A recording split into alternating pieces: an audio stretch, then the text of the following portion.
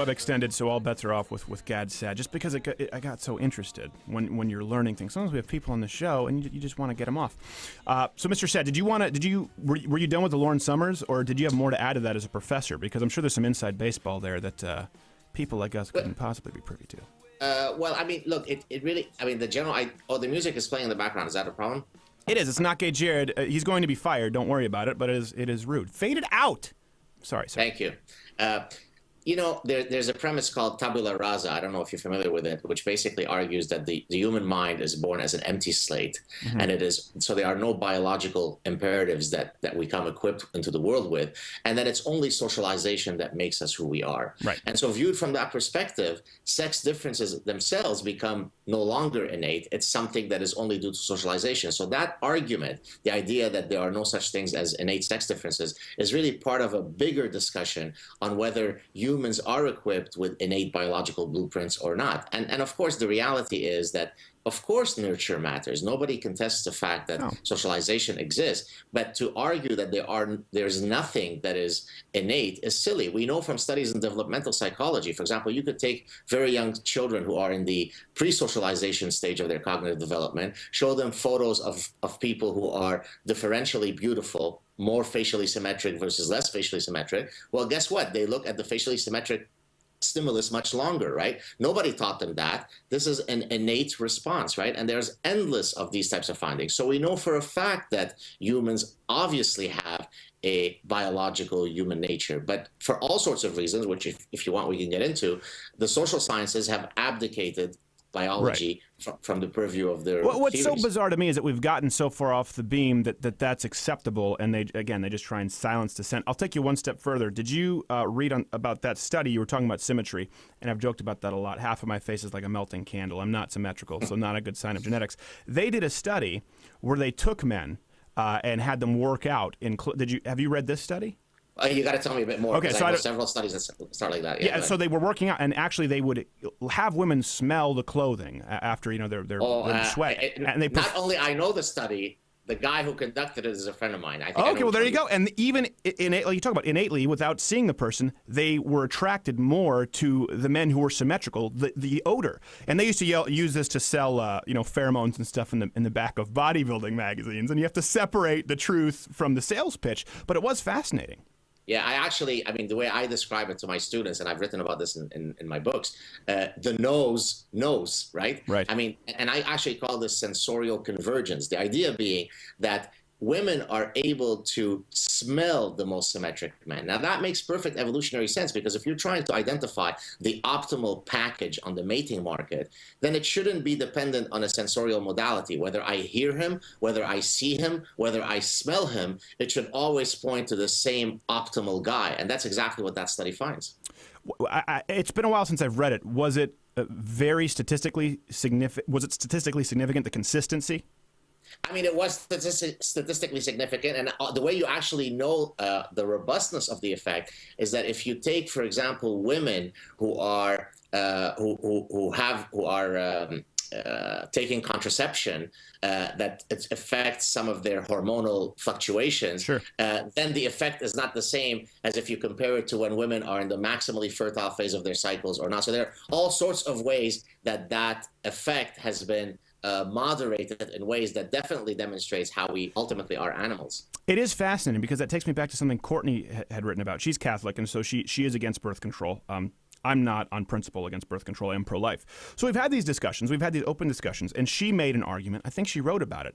And she actually, I guess she presupposed the idea that women who are on birth control, you can almost trace the rise of sort of the attraction to androgynous men, and placing less priority on what were once considered masculine characteristics with birth control. Now, I don't know if that argument can be entirely made scientifically, but it's right in line with what you're talking about regarding hormonal fluctuations and how that might sort of cause sensory deprivation, for lack of a better word, where their nose doesn't know crap. Yeah, so to kind of build on what you said, so there is definitely a lot of research that has shown that women who are not taking contraception, when you look at what type of men they prefer. Typically, it's referred to as either a cad or a dad, right? Dad is somebody who's got sort of more the nurturing features. A cad is a guy who's got the sort of high testosterone markers. Well, then women will prefer the cad in the ovulatory phase of their menstrual cycles, and they'll prefer the dad in the luteal or non-ovulatory phase. So again, it's all biology. I've done my own work where I take these ideas and apply them to consumer behavior. So, for example, I showed one of my doctoral students that the way that women dress, how provocatively they dress, is perfectly consistent with where they are in their ovulatory cycle. When they are in the maximally fertile phase, this is where they beautify themselves the most. And this is exactly what you find in other... Oh, they're getting into dangerous territory. Someone's going to take that and say, see?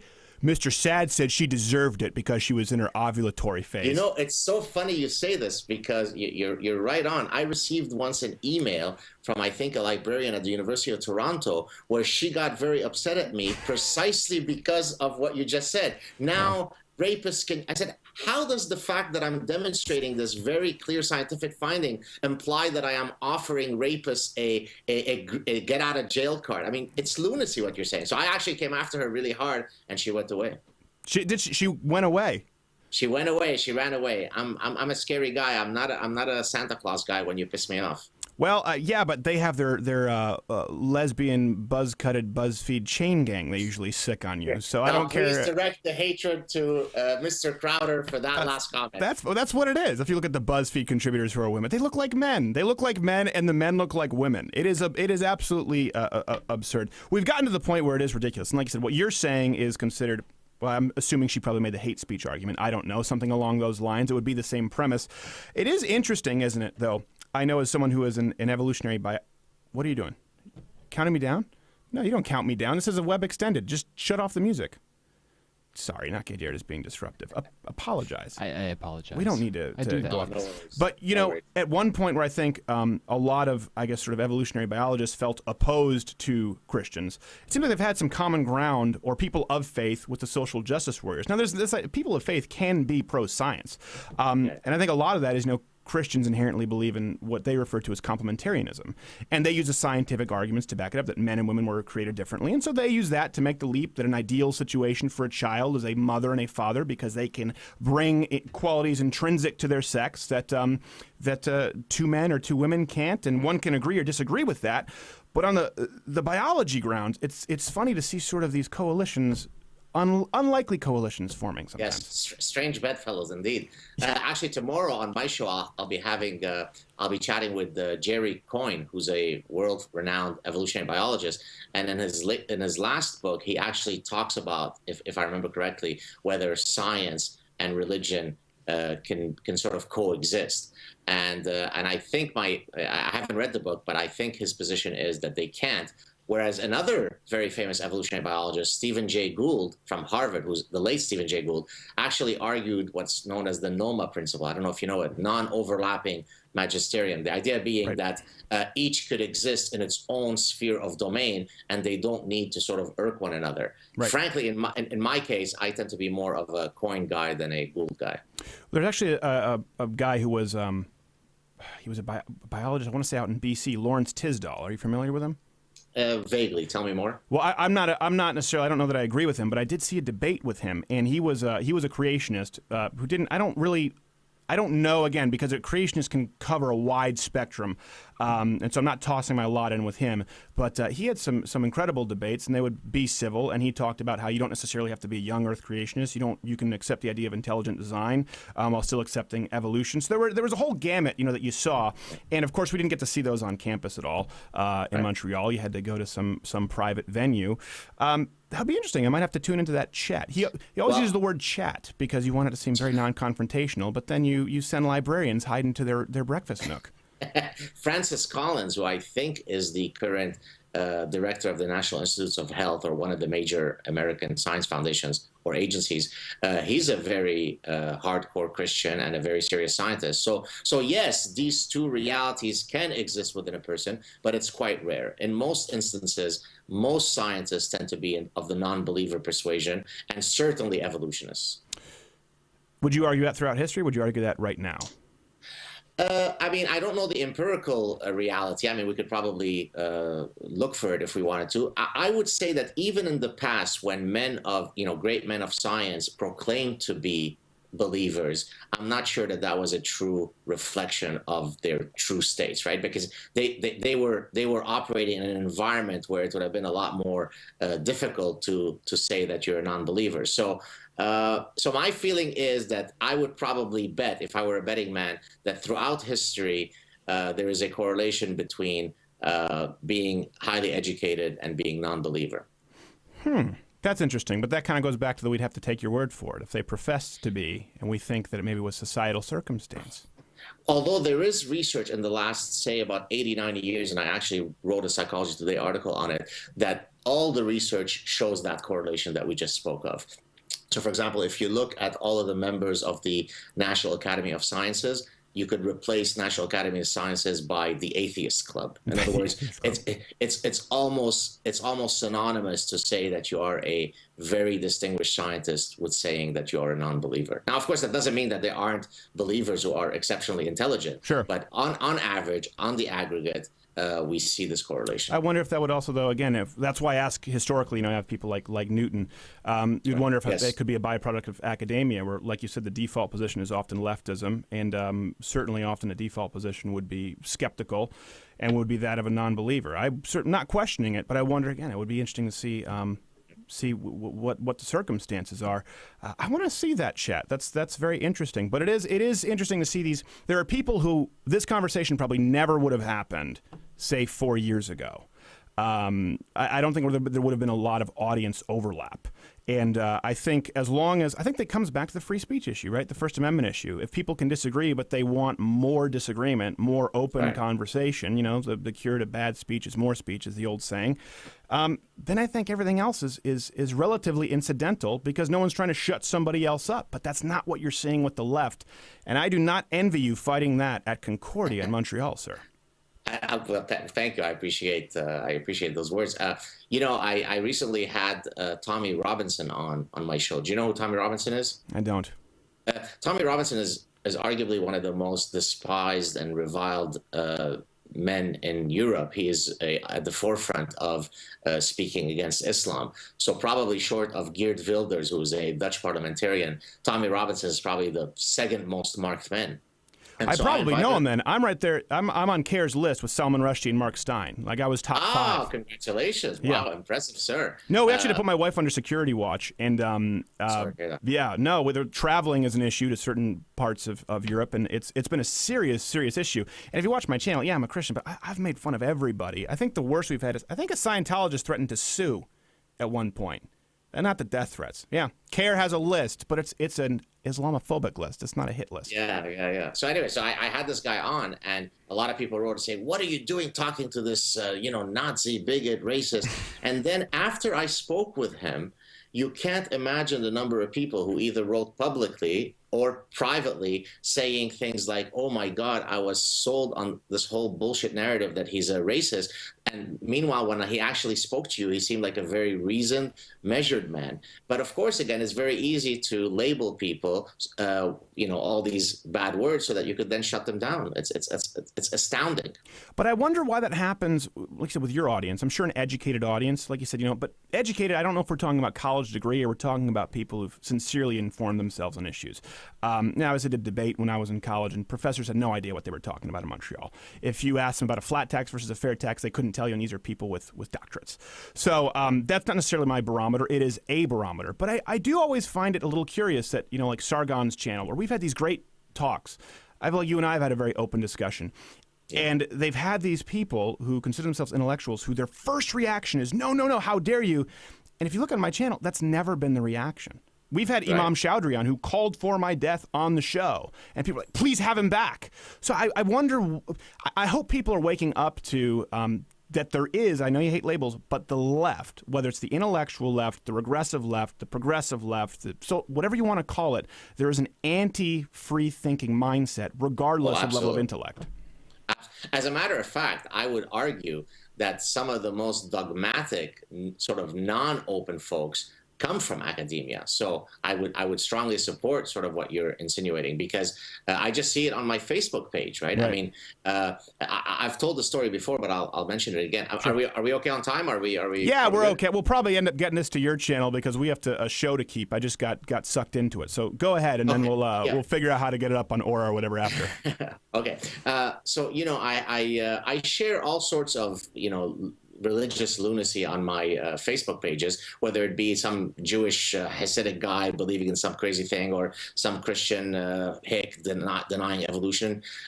So it's, I'm an equal opportunity, critic of anybody. Right. And so at one point I shared a clip of a Iraqi astronomer who was arguing that the Earth is actually flat, and he referred to some Quranic passages, blah, blah, blah. I mean, literally, the Earth is flat. Right. That's not new, by the way. At Champlain College, where I was at the Islam Club, I remember they were trying to pitch that to me. I just wanted a free Quran.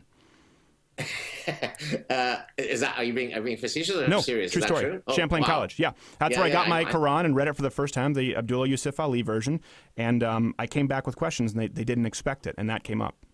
So anyway, I put up the clip of the guy making those statements, and so I receive a message, a public message. So it was posted right there with my post, of course, from a scientist from, I think, Northern California, a very serious scientist, and she basically, her position is, why are you denigrating these folks? I mean, isn't it bad enough all that they're going through that you have to sort of target them? So she didn't find it grotesque that a fellow scientist was espousing the view that the Earth was flat. Rather, she was upset that I would point to his lunacy, right? Right. So the fact that you're an academic doesn't somehow inoculate you from being an ideologue, right? No, it doesn't. And like you said, I think your starting off point is what determines it. We could just get into this for hours and hours. But that is interesting. And Islam, of course, is very, very different in Quebec than any other religion. I went to Centennial Regional High School, so we had a lot of Muslim students. And I will tell you this. I've talked about this on air. Not a single one of my close Muslim friends, when it came down to it, not a single one had anything but pure disdain for Jews. And that's entirely anecdotal. Oh, yeah. But it's not one of those, like, I'm not saying one or two. Every single one of them despised Jews. And this is me in junior high. I'm going like, really? I mean, and that's what forced me to start doing research, because it had never even occurred to me to like wake up, head off the pillow. Oh, those Jews. That's what these kids did. I'm going to share with you a game. Now, I grew up in Lebanon, by the way, right? I escaped execution in Lebanon. We're Lebanese Jews, so nobody knows what you're talking about better than I do. I grew up among that genocidal hatred. And so there's a game that I facetiously refer to as 6 Degrees of Kill the Jew. And basically the way the game works is when we say hello to one another, how many backs and forths does it take before we converge to kill the Jew? So if I say, hi, Ahmad, and you say, let's kill Jews, that's 1 degree of kill the Jew. Right. If I say, hi, Ahmad, how you doing? And you reply, how are you doing, Gad? Then you say, kill the Jew, that's 2. Within 6 degrees of separation, we must converge to let's kill all Jews. That's a fact. Now, is that your theory, or it has been verifiably proven every time you play the game?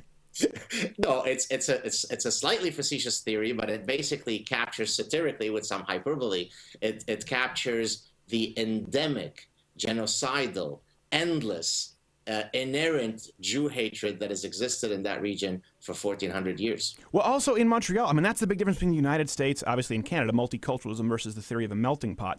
And they were so comfortable with it at my school, where, they would have Islamic clubs, or if ever the subject came up, open, vitriolic. I mean, they, the way they safely did it was say Israel instead of Jews. Yeah. It's Zionism. Right. Well, at this point, many of them didn't even know what Zionism was, right? They just knew what they were going home and their parents were telling them. So they would say Israel. But it was fascinating. It was remarkable. Maybe it happens in academia in the United States, but I certainly don't think in high school to this level. They were open and flagrant about it. And I remember thinking, we have a zero tolerance policy. That's common in Canada. A kid punches you in the face repeatedly, you shove him off, you both get suspended. That's a whole other issue. But there was plenty of tolerance for that. No one would ever speak out against it. And this is at Centennial. So you must be a small percentage. How many Jews have there been in Lebanon? I know in Montreal, almost entirely Muslim or Catholic. You mean of the Lebanese? Yes, of the Lebanese. Yeah. So in Lebanon, probably at its zenith, I'm gonna guess about maybe 5 to 10,000. Wow. And we were actually part of the last remaining group of Jews, because what would happen is with each flare-up between Israel and the Arab countries, it would become more precarious and difficult to be Jewish in Arab countries.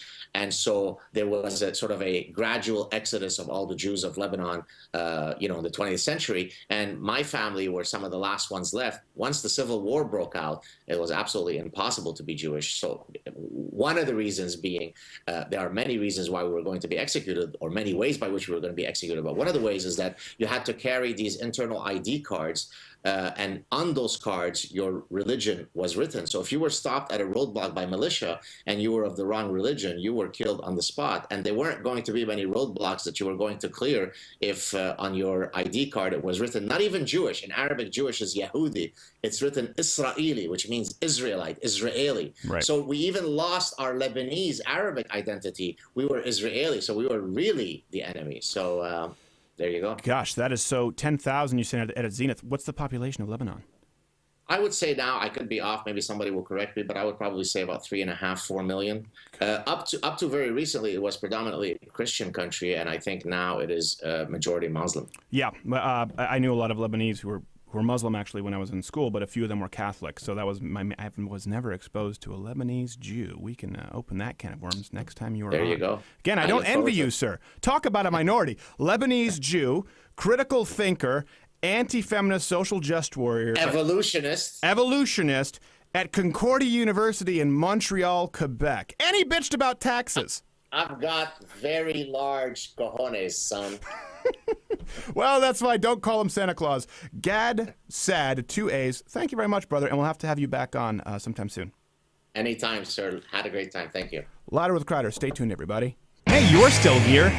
That's surprising. I'm not going to lie. This is the internet. Most people have an attention span of 4 seconds. But this is a clip taken from the full weekly videocast podcast. You can click below to watch that full videocast or subscribe on iTunes or SoundCloud. Click my face to go to louderwithcrowder.com, where there are more articles than you could read in a lifetime, or click below me where there's another video. It's shorter because I know you're busy and you have things to do, like find pants.